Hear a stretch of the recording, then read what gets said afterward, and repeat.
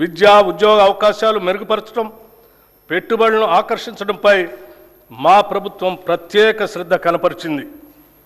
గౌరవ రాష్ట్ర ముఖ్యమంత్రి శ్రీ రేవంత్ రెడ్డి గారు మరియు గౌరవ మంత్రి శ్రీ దుద్దిళ్ల శ్రీధర్ బాబు గారు స్వయంగా జపాన్, సింగపూర్, దావోస్ పర్యటనకు వెళ్ళి పారిశ్రామికవేత్తలతో సమావేశమై మెప్పించి ఒప్పించడం వల్ల గత 2 ఏళ్లలో లక్షల కోట్ల రూపాయలు పెట్టుబడుల్ని ఆకర్షించాం.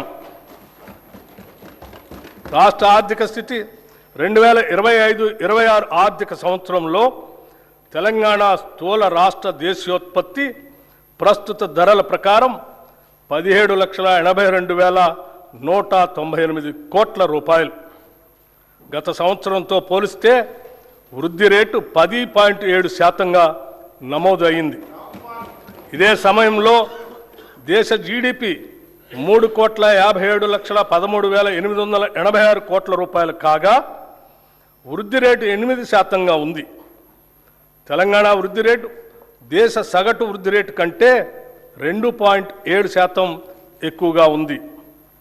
అదేవిధంగా దేశ జీడిపిలో రాష్ట్ర జిఎస్డిపి 5% వాటా కలిగి దేశానికి ఒక బలమైన గ్రోత్ ఇంజన్గా తెలంగాణ నిలుస్తుంది.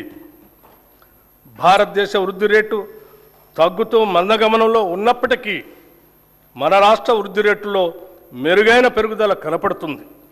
ప్రస్తుత ధరల ప్రకారం 2024-25 ఆర్థిక సంవత్సరంలో 9.8%గా ఉన్న దేశ జీడిపి వృద్ధి రేటు 2025-26 నాటికి 8%కి పడిపోయింది. కానీ సరిగ్గా ఇదే సమయంలో తెలంగాణ రాష్ట్ర స్థూల రాష్ట్ర దేశీయోత్పత్తి వృద్ధి రేటు 2024-25లో 10.6% నుంచి 2025-26 నాటికి 10.7%కి పెరిగింది. దీని ద్వారా మన ప్రభుత్వం ఆచరిస్తున్న విధానాలు సరైన దిశలో ఉన్నాయని, అవి అభివృద్ధికి తోడ్పడుతున్నాయని అనటానికి నిదర్శనం. తలసరి ఆదాయం, రాష్ట్ర తలసరి ఆదాయం గణనీయంగా పెరిగింది.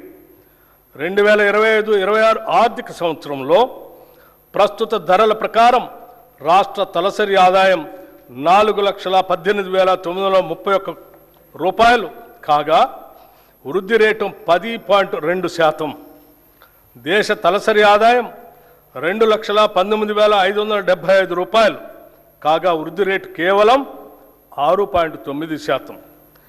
దేశ తలసరి ఆదాయంతో పోలిస్తే తెలంగాణ తలసరి ఆదాయం 1,99,356 రూపాయలు ఎక్కువ, అంటే 1.9 రెట్లు ఎక్కువగా ఉంది.